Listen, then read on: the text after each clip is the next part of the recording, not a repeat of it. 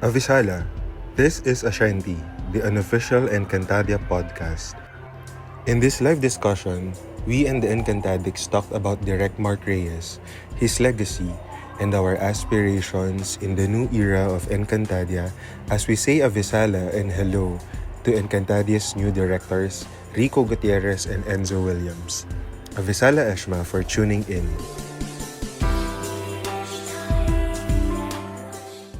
Avisala Encantadix.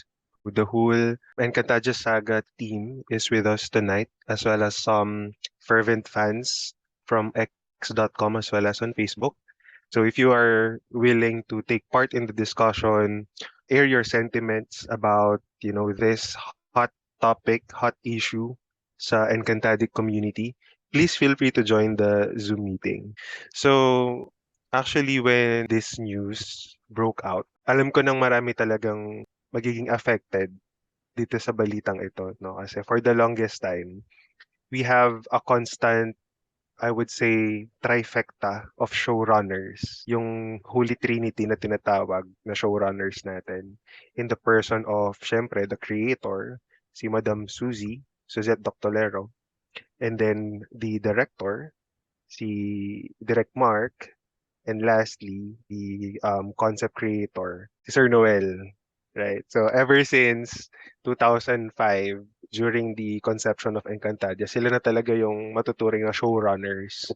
Kumbaga, no? Even in the Encantadic community kasi, they're the ones interacting with the fans, right? So when this news broke out that one of the showrunners is leaving the team, for the lack of a better term, leaving the team, marami talagang nagulat.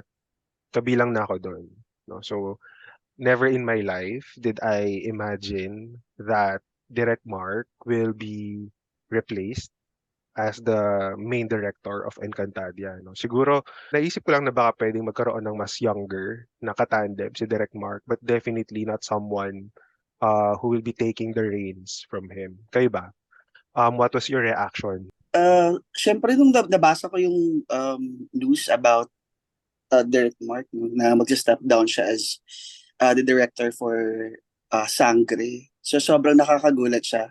Although if my memory still serves me well, no, during our parang last Ashanti, parang there were parang requests nga from fans na if Direct Mark can have like other directors with fresh perspective. That was actually the ask, diba?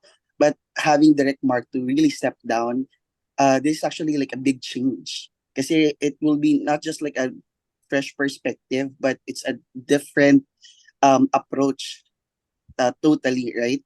So actually ang mga question ko dyan is why? Parang what changed, diba? Parang is it a management decision or is it a creative decision? And most of the time, bibihira nangyayari yung sa Philippine projects.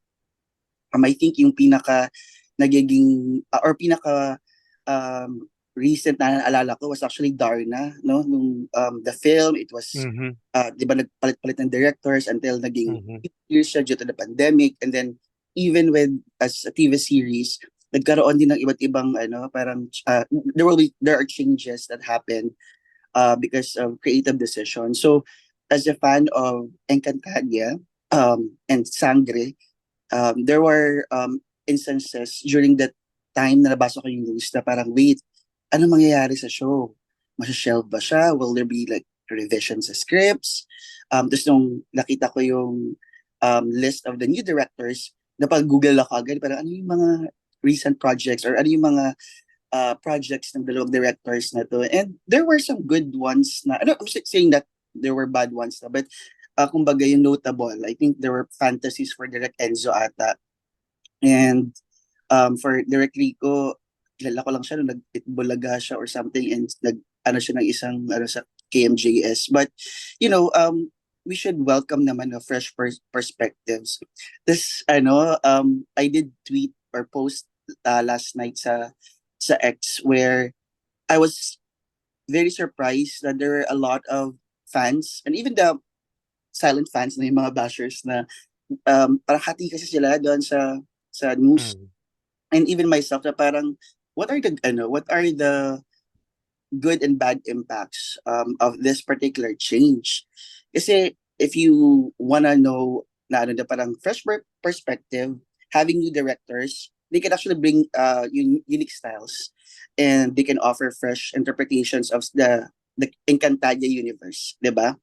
But if they are to 100% do it, there will be a potential or a possibility that there will be revisions to scripts or might be a reshoots, because I'm pretty sure there are already like scenes na shoot, right?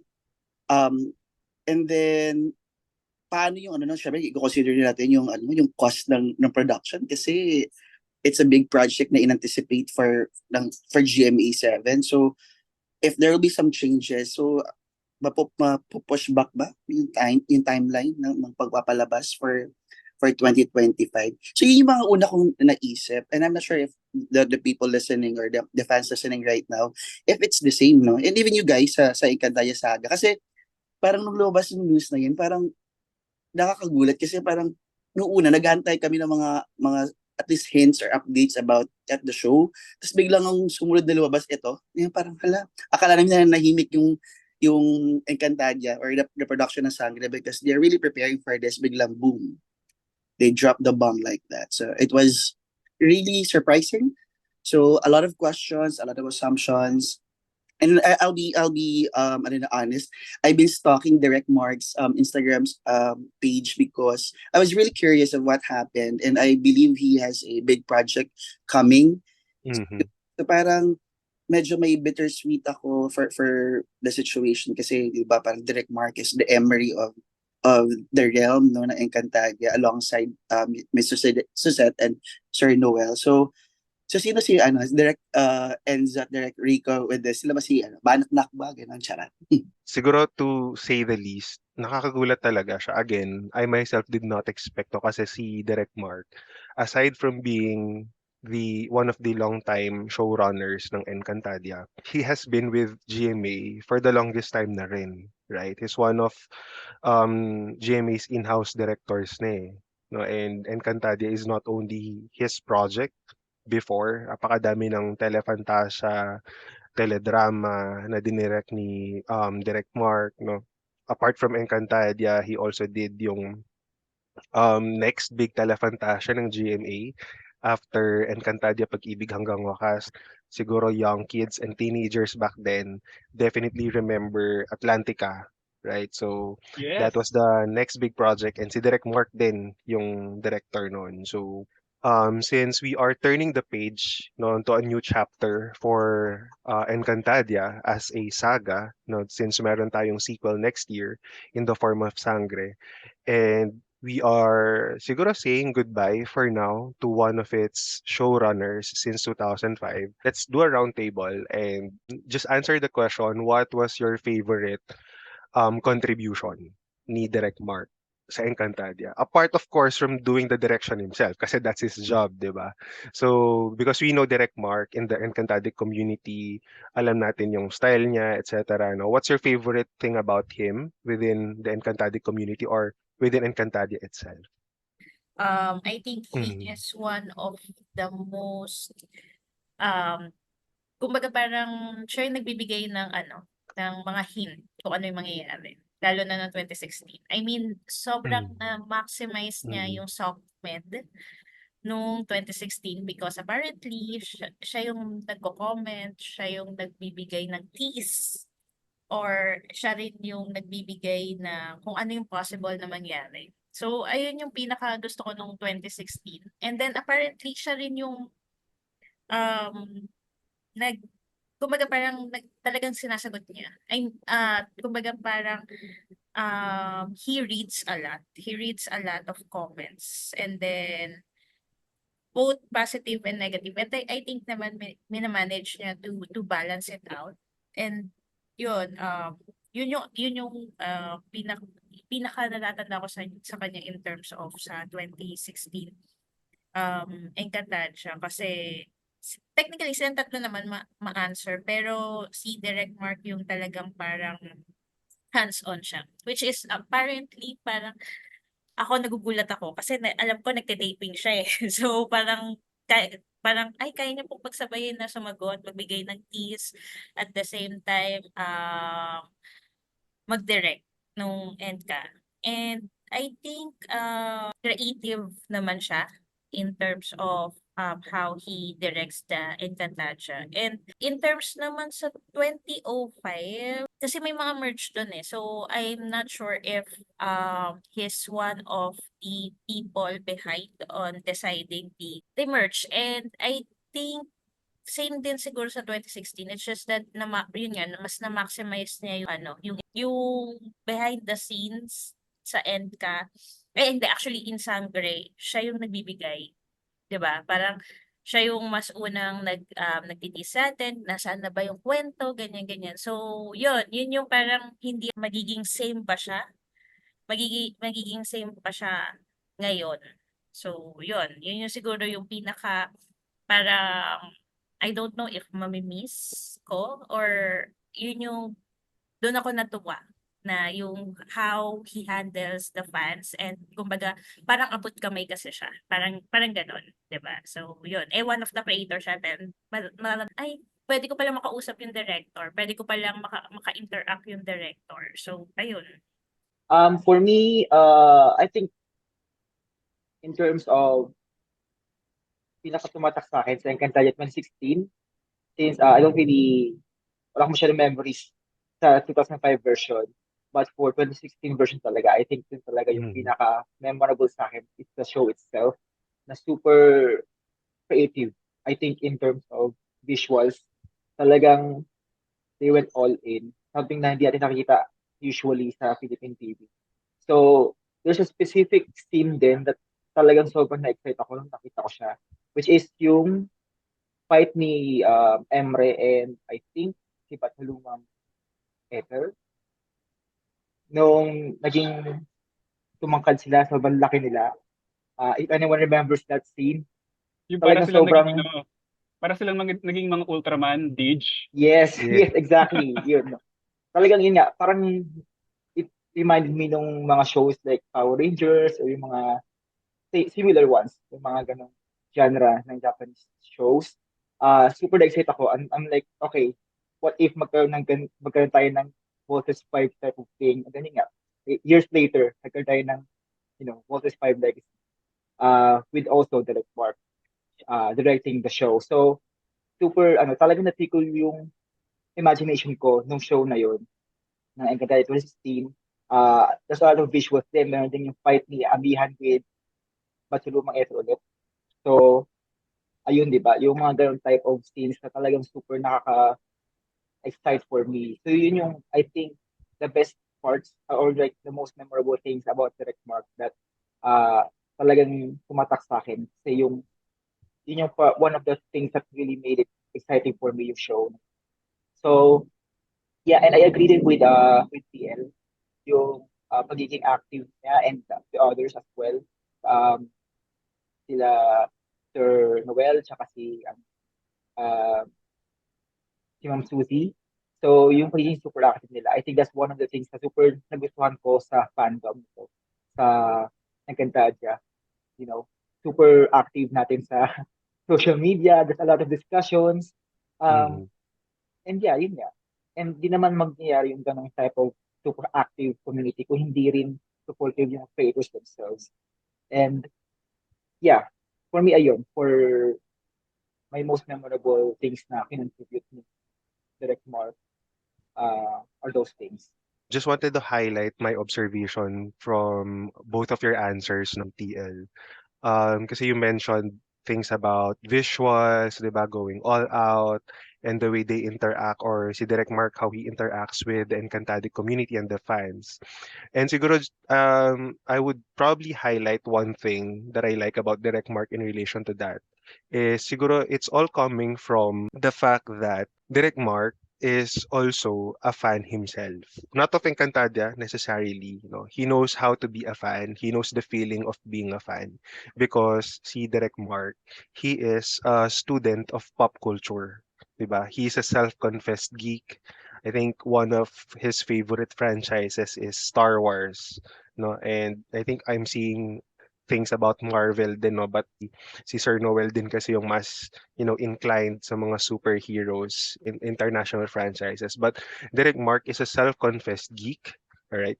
He is also a hobbyist in a sense that if you look at his Instagram page, you will see a lot of his collections then. I think meron siyang mga toy collections, no? And there's one post with the Sangres wherein I think he commissioned for, what do you call this? Yung mga figures, mga resin figures nung apat na OG na Sangre, no? Which are a piece of merch when you talk about other franchises, no? But really, I think yung pagiging ganun ni Direk Mark, yung pagiging fan, pagiging passionate about the things that he love outside of Encantadia, it bleeds din doon sa craft niya, doon sa work niya, no? Because that's what he experiences, doon sa siguro in the international community, in the Star Wars community, no? How creators, how production companies interact with fans. So they wanted to have something very similar with Encantadix, with how they do Encantadia, no? And like you, like DJ and Ara, I really appreciate how they are,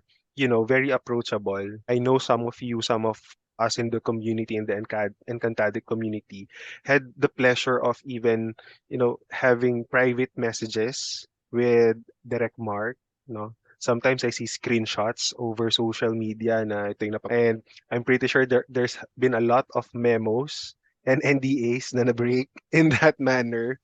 But really, I mean, it's all for the Encantadic community. Renz, why don't you unmute and share the thoughts to everyone? Sabi ko nga dun sa isang comment ko, I've seen pintados, siguro elementary ata ako or high school na, pre-elementary ata ako. So someone na tumira sa province, no, grew up sa probinsya, where there are a lot of concepts about, parang fantasy, yung mga, diwata, multo, something like that. So Pintados, way back, was really a good fantasy show. If tama yung recollection ko, it is parang every Saturday. So para kang binigyan ni Direk Mark ng GMA7 ng isang project na parang every Friday night, kasi dati merong X-Men, merong Power Ranger, Mhm. something like that. And it's good to see na merong ganong Pinoy flavor na isang parang konsepto wherein it's a Pinoy idea, tapos nag-transform ka. And yung mga names pa ng mga characters ng Pentados na is very Pinoy coded. And Mhm. after that, there were a lot of fantasy movies naman na no. I mean, ABS also and Viva Films had their parang fantasy concepts in the past. Pero pagdating ng 2005, nung in-introduce talaga ni GMA and, led by Direct Mark Reyes, iba yung reception ng tao for Encantadia kasi it was really grand. During that time, merong Harry Potter, merong Lord of the Rings, and as a fan talaga as a fan himself, no, si Direct Mark, na-adapt niya na parang, okay, pwede ko itong i-apply. Mhm. Kumbaga, sabi ko nga sa message ko kayo na sa Direct Mark is not just a director, but he really parang somehow paved the way for storytellers in the Philippines na the importance of world building. And we've been talking about it sa ilang sessions na ng podcast with Encantadia na yun yung strength ni Direct Mark. Parang meron siyang sense of mastery na sa storytelling and world building. And kanina, there were a lot of examples ng mga projects niya. Atlantica was really a hit during that time. Ang daming highlights ng Jimmy before. Kamandag. Kanya yung Kamandag, di ba? Parang there were a lot. Illumina pa. So, Yes, kanya din yung Kamandag. So, 'di ba, parang nabalanse kasi ni Direct Mark yung fan base din niya, lalo mga bata, no, kasi parang meron yung mga for the girls, for the LGBT kids. Siya rin nag-direct ng Zorro, no, if tama yung recollection ko. So, for the men din or boys, so balanse. So, yun yung nakakatuwa with Direct Mark kasi parang hindi siya takot sumugal na ipakita yung skills niya as a director. He is actually strong parang visual storytelling, no? And yung pag-create nila ng characters doon and one of the best director na nakilala ko sa Philippines is siya when it comes to relationship with the actors. Grabe kasi dahil whenever you see Mhm. yung mga nakatrabaho niya, With the cast. iba yung cast, iba yung relationship na nabubuo niya. imagine yung original na Encantadia, parang actors, although nabigyan sila ng big break during the Encantadia 2005 and the sequels, iba yung relationship na buo niya. And they even had the Mystified kasi it was a big project na helped them. Until now, naka-embed pa rin sa kanila na, uy, pag sabi mong Direct Mark, yung apat na big stars ng Encantadia, link na sila. Tapos they tried to kept the brand, 'di ba, with Direct Mark. Kaya medyo iba lang talaga yung feeling na parang hala, wala na si Direct Mark sa Encantadia brand, 'di ba? Parang ang hirap, parang sabihin natin inalis mo si Steve Jobs sa Apple. Parang ganun yung Mhm. dating no? Na kahit pa mag-evolve yung Apple product, ando doon pa rin naka-embed isang tao maiisip mo for Encantadia itself. So ganun ko parang binibigyan tribute si Direct Mark na although there's a need na no for kasi lumalaki na yung fan base ng Encantadia and nag-iba na rin talaga yung reception ng mga tao when it comes to the approach when it comes to parang TV series. Isingit ko lang to na quickly parang I've Go. seen parang press con I think with Pulang Araw where Direct Dom Dominic Zapata. about the difference of soap opera and TV series and it was actually a good insight na parang kasi I think there were comments about Pulang Araw na there were a lot of dialogues and all and as a fan ng TV series or soap opera naghahanap din ako ng something na kasi I've been watching TV series na yung mga western K-dramas and all nagsha-shift na kasi na parang more on lesser dialogues and more execution yung idadalhin ka sa eksena and Mhm. that's as a fan ng old and a fan ng new approach hinahanap ko din siya. And I agree with Direct Dom no, na parang audience should know the difference. But I think because marami na sa generation ngayon ang mas adapted na with the modern approach, mas hindi na sila soap opera. Kasi syempre yung soap opera, yung mga paano pa nila marimar, ganun talaga yung pagluluto kayo when may TV, maririnig mo yung kwento.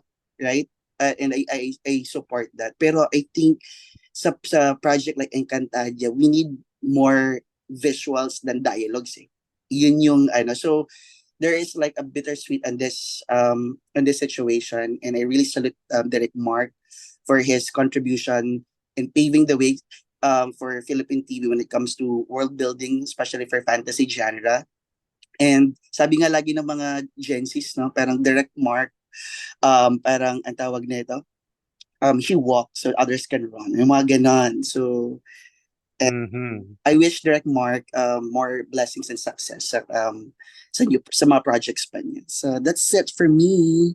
Yung part na yung sinabi mo about less dialogues and more visual, parang yung idea of show don't tell type of Mhm. storytelling. Yun yung I think something that I do also want to see sa Sangre or at least more sa Philippine TV. Yung I think that's something na nakikita natin ng konti sa Pulang Araw. But yeah, I agree na mas adapted na yung Filipino audiences, at least some of us, sa ganong storytelling na more visuals and less dialogue. Kasi, I mean, we're already in the era na, we can show more yung hindi na ganun kahirap yung mga mas grander type of scenes. And yeah, minsan talaga may ibang type of storytelling na kaya mong i-convey through visuals and not just dialogues na ay gusto ko makita for Sangre as well. But yeah, kasi siguro yun lang, medyo mahirap for Philippine TV na, yung the way the way it works na kapag nag-shoot sila, parang malapit na rin yung showing. So, there are restrictions na they have to work with. Pero I would love to see yung mga ganun type of storytelling na more visual and less dialogue. So, I mean, as long as mag-fit sa story, I say go for it. Mga ganun tipo ba? Actually, I really like how Renz na kinompare si Direct Mark kay Steve Jobs. Na parang, oo nga, no, parang siya nga yung ang laking factor talaga ng director when it comes to series kasi. Um, and maganda din yung natakal natin how Direct Mark's relationship with the cast. Kasi Mhm. parang siya talaga yung glue 'di ba? Parang Mhm. siya yung humahanap ng paraan para magsama-sama yung ano, yung cast. Kasi kung magsasama-sama yung cast, normally parang siya yung nagpapa-dinner eh. Or kaya minsan birthday ni Direk Mark, 'di ba? Parang Mhm. doon mo nga malalaman, ay birthday na ni Direk Mark kasi sama-sama sila. So actually hindi lang EDCA, even the TGIS na pagsama-sama ni Direk Mark Mhm. recently lang yata yun. Sabi ko, oh, ah, as in siguro yun yung isa sa bagay na kailangan din makita. Kasi when it comes na a director has a good relationship towards his or her actors, talagang makikita din yun sa mismong product eh, 'di ba? So Mhm. kung smooth yung relationship ng director with the writers, with the production, at the same time with the cast, parang smooth sailing din talaga yung magiging series eh. So, yun. So, super agree ako. Ang daming na point ni Renz na Yes. magaganda din talaga. And siguro to continue that thought, TL, aside from Direct Mark being the glue ng both cast and crew, kasi parang so far sa Encantadia lang natin, ako personally, sa Encantadia ko lang to nakita eh, yung nung patapos na yung show, lahat nagiiyakan, 'di ba? May yung primer or yung finale special na behind the scenes back in 2006 nung after the last during the last episode of Encantadia Pag-ibig Hanggang Wakas. You'll see both um the side of the cast and the crew being vulnerable, no? And as a director, if you are able to create a safe space for your cast and crew to show yung vulnerability, that shows a lot about you. Ang ang masasabi ko lang bukod sa directing ni Direk Mark, isa sa pinakamalaking contribution niya sa Encantadia is yung pagpili niya ng mga cast. Since hindi Mhm. naman good sa atin na ang Encantadia hindi lang basta-basta kumukuha ng sikat na artista. Nagpapa-audition din sila para magkaroon ng mga fresh faces at may bago ulit na makikilala. Mhm. So yun. Nung napanood ko sa YouTube yung making of Encantadia, it takes months na yon sa pagpili ng mga cast. And since si Direk Mark yung pinaka talagang pumipili nung mga cast, masasabi ko talaga na may malaking malaki yung epekto niya dun sa pagbuo ng mismong Encantadia na kung sino-sino yung mga cast na kilala natin ngayon mapa 2005 and 2016.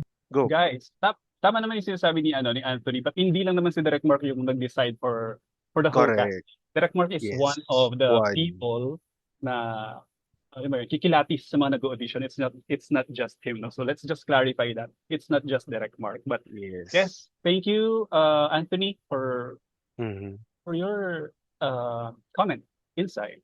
In terms of casting, Direct Mark being one of the people who decides, again, not just the person who decides, but one of the people who decides who gets the role, diba? So one of the striking or remarkable moments during the casting was si Kylie was auditioning for, definitely not Amihan, yung in-audition ni Kylie Padilla, but Direct She Mark auditioned for the three except for the Amihan. three except Amihan, no? But si Direct Mark, he was the one who saw na kay Amihan bagay si Kylie Padilla, which kita niyo naman 'di ba, as Encantadia 2016 unraveled itself, isa sa mga pinakaminahal ng fans si Amihan. Let's siguro talk about yung implications muna of having a new director, given that nag-start na yung pre-production 'di ba, with Direct Mark, and I think nag-shoot na rin sila ng ilang scenes with Direct Mark as well. So, may worries ba kayo doon sa current state ng Encantadia with the director leaving in the middle of production and shooting? Ako, I have three things na worries ko, na potential parang downsides when it comes to change of parang director, even nga yung mga nagsusulat kasi it has a big impact to a certain project, no. First is actually continuity concerns. Mhm. Diba, lalo yung mga fans na sobrang worried sila about paano tutuloy yung konsepto na initially nilatag, no. Nagkaroon ng mga MediaCon, di ba? Ang dami ng parang parang nilatag ng production about Sangre. And then dahil magbabago yung directors, definitely magbabago din yung atake. And kaya yung question magkakaroon ba ng revision sa script? Magre-reshoots ba? Isa yun sa akin, isa yun sa pinaka-concern ko. Pero hindi rin ako worried kasi nga, di ba, ang pinaka ginawang safety net nga ng Encantadia team is to have someone na merong parang malalim na knowledge about the Encantadia since 2005. And hi, Greg. Pinomote si Greg. So I know that the team has the backup plans naman when it comes to the continuity, no? Siguro yung mga pinag-uusapan lang minsan sa social media about the multiverse and all, and yung pagiging possible na fan service kasi nga there were parang hints about having the old cast to join Sangre. So tingnan natin if that will still happen or not. Yung second naman na nakita ko potential downside of this particular change is yung delay risk. Kasi if there will be revisions and adjustments under the new directors, it could actually lead to delays. Especially, there will be reshoots, no? And significant script changes. So, yun, we're hoping sa 2025, it will be one of the True. big offerings of GMA. But hopefully, hindi naman siya super ma-push back na maging 2026 siya. But if kakailanganin talaga ganun, then if you're really like a fan of the show, then you will understand if ever mangyari. But I still have high hopes na matuloy siya for next year. And the other part would be yung madi-divide yung fan reactions kasi there are yung nakwento ko sa post sa X na parang hati yung fans doon sa change kasi parang a lot were parang campaigning previously na parang sana magkaroon ng ibang director yung Encantadia or at least parang co-director with direct. Ngayon na nangyari na alam mo yun, it was a sad news. Parang hindi nila gusto, alam mo yun, ang dami ng sinasabi nila na hindi effective directors kaya yung papalit, sina Direk Enzo at saka Direk Rico, no? So hindi mo rin talaga maintindihan yung mga fans minsan, but I'm still hoping for a better result on this project. But those are the three things na as a fan nag-worry ako. Ayun. In all seriousness and focusing on the technical aspect of doing a TV or running a TV show, di ba? Right? If you look at the hierarchy ng impact, di ba? We talked about yung relationship with the cast, di ba? Yung relationship with the cast, it can come secondary kasi that's not really what you see in the TV, di ba? In the screen.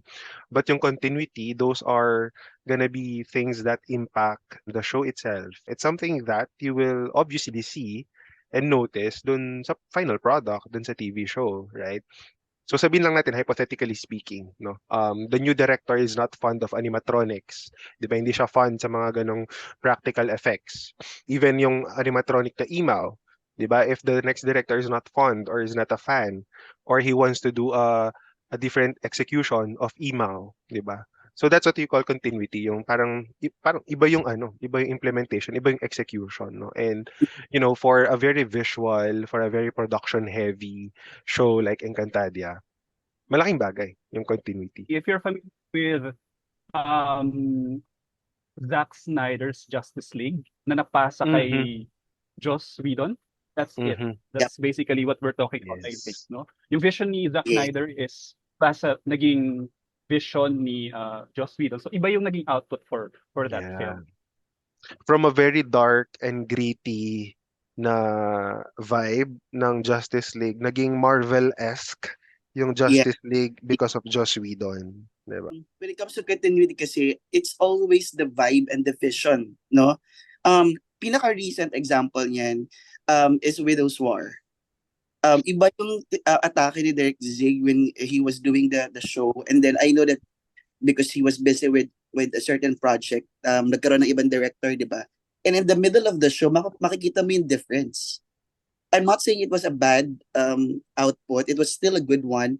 Pero makikita mo at ramdam mo, ay nag-iba yung atake. Kasi during the direct zig, medyo lesser yung lesser yung Pinoy na sorry for the lack of better term.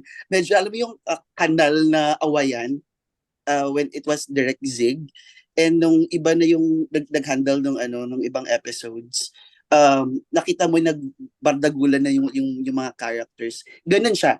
And we know naman na iba yung atake ni Encantadia when it comes to storytelling and paano siya visualize yung Encantadia realm.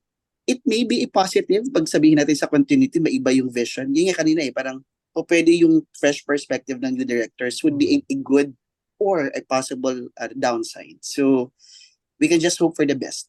Actually, I think that's a good point na ni-raise ni Renz about continuity. I think maraming magbabago for sure in terms of not just the visual continuity, yung paano yung atake sa itsura, but also in terms of continuity sa characters, the character depictions. Like, minsan kapag nagbabago kasi yung writers, directors in any media, baka magkaroon ng mischaracterization for the characters themselves. Because may bagong may bagong na mag-try na i-depict yung character na yun. Bukod din sa characterization ng characters mismo, meron din yung about the story, paano siya ilalahad. So, medyo nakaka-worry nga siya for also. Pero since this is a completely new show, it's a spin-off, Flash sequel, hindi siguro ganun ka-grabe or drastic yung makikita natin change na unlike kapag bigla nag-change ng director mid-show, like yung nasa Widow's War, medyo nakaka-overwhelm siya, nakakagulat, diba? Since this is a new show, siguro hindi ganun kagrabe yung shift sa tone, shift sa storytelling. So I guess yung continuity issue is kapag nagkaroon na ng mischaracterization for older characters or yung mga concepts na introduce in terms of lore, yung parang magkakaroon ng mga inconsistencies sa mga established na concepts within Encantadia. I think yun yung maging bigger continuity issue. Pero I'm hoping na yun makikita naman mga writers yun. So yeah, I guess more on visual tayo in the director or depiction of character. So yeah, I think it's a very valid concern. I'm hoping nga na hindi magkaroon ng ganong issues with the new directors. There's an opportunity din kasi bagong to, 'di ba? Bagong chapter yung Sangre. So parang I'm not saying it's good timing, but I'm saying we're fortunate enough na we're turning the page over to a new story. 'Di ba? So there's that chance, there's that opportunity na pwedeng kunin to put in a new director nga, no, to see a different vision. And I hope, it doesn't affect the continuity. Changing the director, actually, for example, the remake of Encantadia 2016 and then Encantadia 2005. Sobrang sensitive na ng mga tao. Nagpalit na kaagad. Pagpapalit pa lang yun ng actors. Diba? So, and then apparently yung production, which is yung nasa likod ng camera, hindi yun nagpalit. So, yung mukha ng Encantadia is definitely may reaction na kaagad with the fans, diba? So, may negative and positive. There's level of sensitivity when it comes to it. Pero, yung nasa loob, same pa din. Which is technically parang sila yung heart and soul of the show.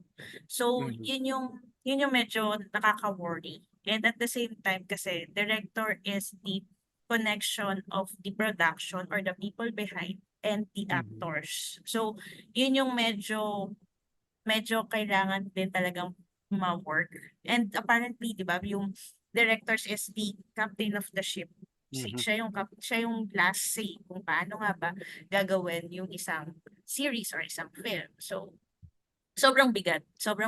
And Encantadia is the mother of all Telefantasia. So, ganun kalaki yung responsibility ng papalit kay Direk Mark. So, parang it's something na parang we need to Kumbaga, we need to, kumbaga yung pressure yung pressure din sa new directors, yung parang nakakakaba. For me, parang feeling ko nakakakaba in terms of sa kanila na hawakan yung Encantadia, di ba? So, perfect example, I think may nabanggit yung Darna, di ba? Darna's ABS, ang daming pinagdaanan noon. So, yun yung parang yun yung parang pwede nating tignan, 'di ba? Nakakakaba siya pero Case study. at the same time may may opportunity naman eh. Kumbaga parang yung driver ng isang car, iba't iba yung klase ng how he or she drives the car, 'di ba? So, Mhm. merong times na possibly komportable ka dito, pero alam mo na pag kunwari traffic, mainitin yung ulo nung driver na yon, and sana gusto mo medyo mas smooth or medyo mas mahaba yung pasensya. So, we still don't know, 'di ba? Kung paano i-hand over yung Enka. Syempre, paano lang naman yun, sa likod lang naman yun ng camera. Pero, nakakaba na, pero nakaka-excite. Kasi, syempre, new breed. So, uh, new, kumbaga, hoping na sana, fresh yung magiging atake. 'Di ba? So, and actually, ano din, new audience din naman tayo. So, tignan natin if the younger audience will like it, 'di ba? So, yun. Kumbaga parang there's still hope in terms of how this show will be. So, ayun, sana tama yung continuity. Kumbaga parang need na i-balance yung dating audience, which is us, and the newer audience, which is the younger ones, di ba? Kasi yun, I think the priority will always be the younger ones kasi Mhm. sila yung nanonood or sila yung nasa harap ng TV, di ba? So, Encantadia is for kids. Remember? yes, di ba? For the kids. So, yun, we need to balance everything out. So, yun yung medyo mahirap, pero tingnan natin, I think they are younger directors, and directing Enka is something that they need to look forward to. Diba? Si Direk Mark kasi alam mong gusto niya yung ginagawa niya. You see dun sa interaction niya sa fans, dun sa cast, kung paano siya maglabas ng teasers and all sa social media. Alam na alam mong gusto niya yung ginagawa niya. And iba yung dating niya, parang tumatago sa screen kapag alam mong the people behind the show love what they're doing. 'Di ba? You inspire people, you inspire kids from 2005, to be exposed to fantasy na meron palang ganitong genre, na it's okay to love um extraordinary characters, not your usual heroes, not your usual characters in the TV, 'di ba? So if you nurture something as great as Encantadia, dapat nandun yung passion, nandun yung pagmamahal.